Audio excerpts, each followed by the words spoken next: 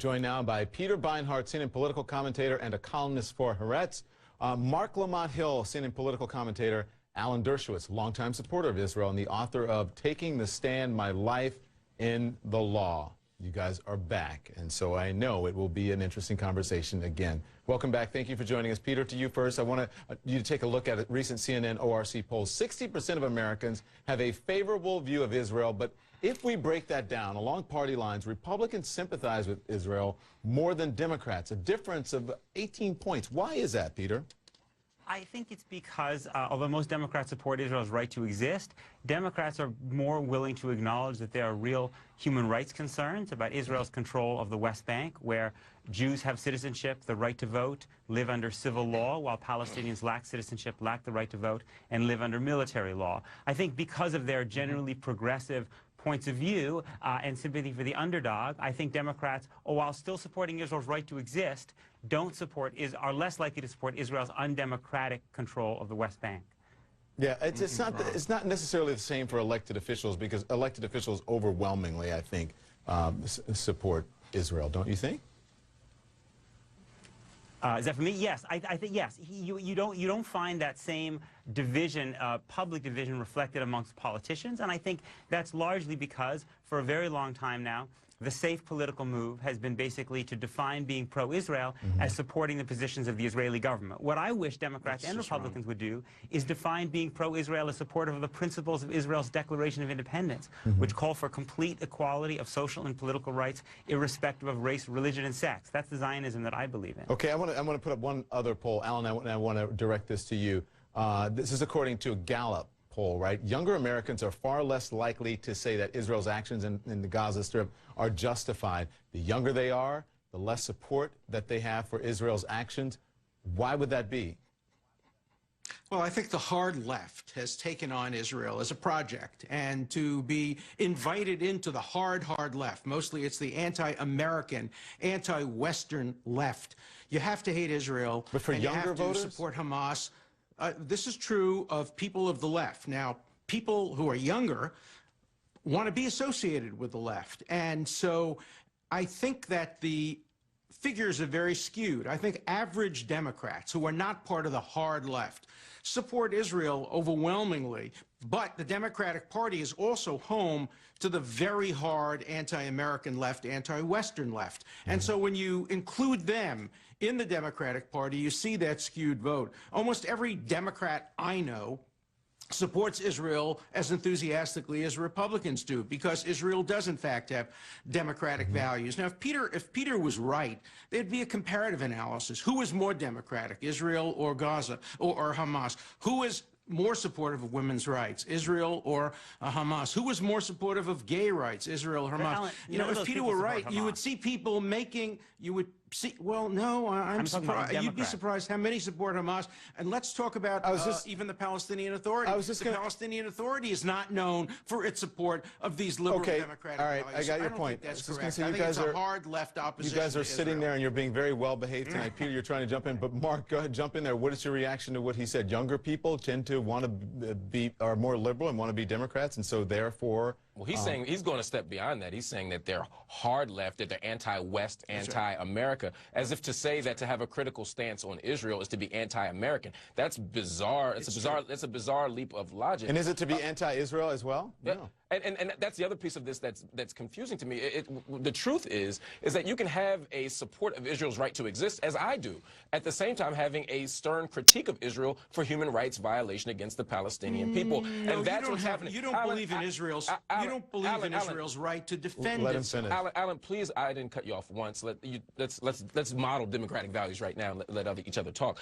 I actually do agree with Israel's right to exist and to defend itself, but I don't frame the argument purely as Israel defending itself. We have to think about Israel as launching an offensive attack. Israel is launching a siege in Gaza. Israel continues to occupy Gaza by land, air, and sea. That's the issue here. But to your question, Don, about why young people tend to do this is for a few reasons. One, because they have access to social media. If you look at all this data and disaggregate it, you see that young people are accessing images of the gross human rights violations, the awful abuses, the awful atrocities that are happening in Gaza. And it's hard to see that and not have a more critical posture against the state of Israel. Doesn't mean you don't want Israel to exist. wrong. Doesn't mean you don't want Israel to thrive. It just means that you have a critical stance and you want Palestinians to also live and thrive. Okay, all right, stand by. Listen, guys, Alan, I have to get to a break. We're going to continue on with this after the break. Don't worry about it. And up next, we're going to talk about this as well. Israelis and Palestinians have been engaged in a conflict since really the day Israel became a nation back in 1948. And as we look at these live pictures now of the sun coming up in Gaza, we're going to try to figure out why the tensions are higher than ever now. Why is that? We'll get to that next. The breaking news tonight, rockets found inside a UN school in Gaza. The UN has condemned the people who would endanger civilians. So back with me now is Peter Beinart, Mark Lamont Hill, and Alan Dershowitz. So Alan, I wanted you to finish your thought, but listen, these new cache of rockets being found in a UN school, does this bolster the Israeli argument here?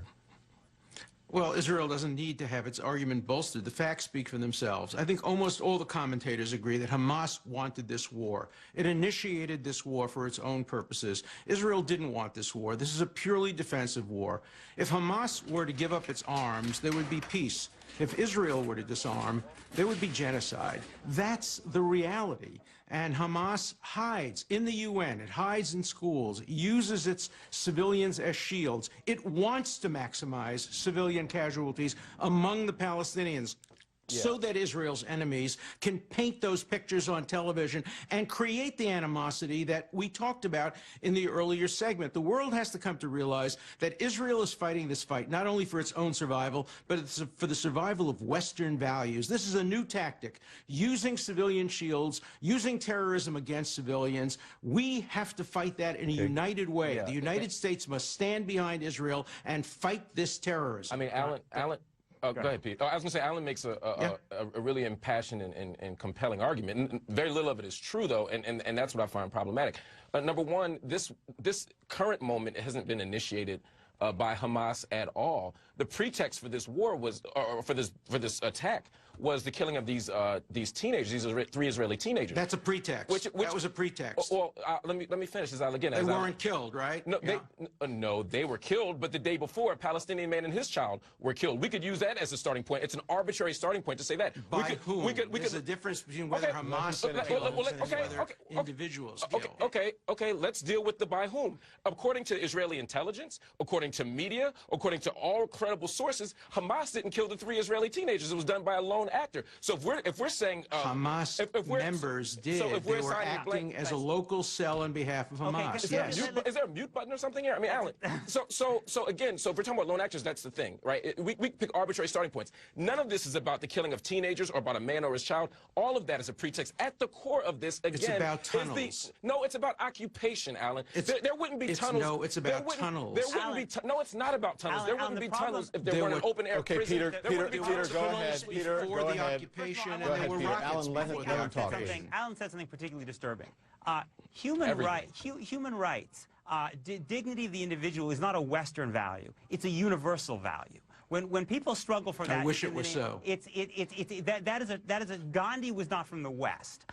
Nelson Mandela was not from the West. I think it's very disturbing to describe these things in civilizational terms. Secondly, although I would love to see Israel get rid of all of Gaza's tunnels and weapons, it's simply not the case that you can credibly argue that if Gaza were to be demilitarized, as I would like it to be, that in fact Israel would be moving towards the two-state solution, because we've played this out in the West Bank. We have had for several years now a Palestinian leadership in the West Bank, Mahmoud Abbas, and before him also Salam Fayyad, who did security cooperation with Israel, who recognized Israel's right to exist again and again and again, and instead of getting serious negotiations towards a two-state solution, they have gotten the greatest settlement growth in Israeli history, and that's what strengthens Hamas so dramatically, because you discredit people who practice nonviolence and you lead people into Hamas's hands. Let's look at these tunnels, though, because you mentioned them, Alan. Hang on, Alan. You can respond, but let me get my question in here.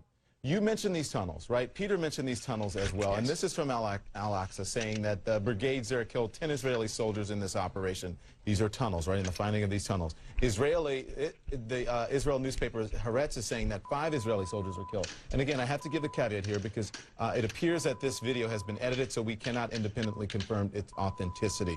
So, Alan, you said this was about tunnels, but it certainly looks very threatening. And rockets. Go ahead. Yeah, well, this is about tunnels and rockets.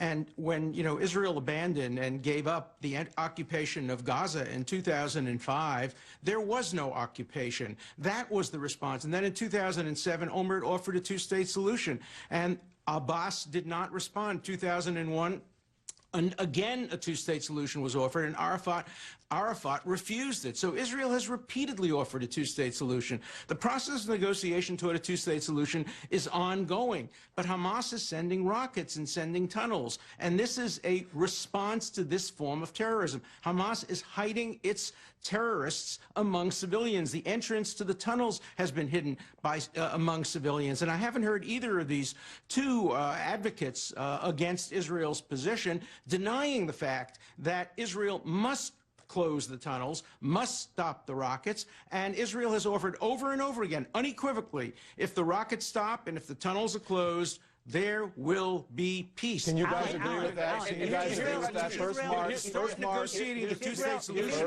while rockets are being fired is ridiculous. If Israel destroys the rockets and destroys the tunnels, and yet maintains a blockade that produces more rage and despair amongst young Palestinians in Gaza, many of whose family members have now been killed, people will rebuild those rockets and rebuild those tunnels and visit more attacks on the Israel that you and I love. I do have to say that you guys are the embodiment of what is happening and why it's so tough to broker any sort of agreement there. It's even tough to just control the conversation. Imagine trying to broker a peace agreement. Thank you. I appreciate you gentlemen again this evening. I hope you'll join us again.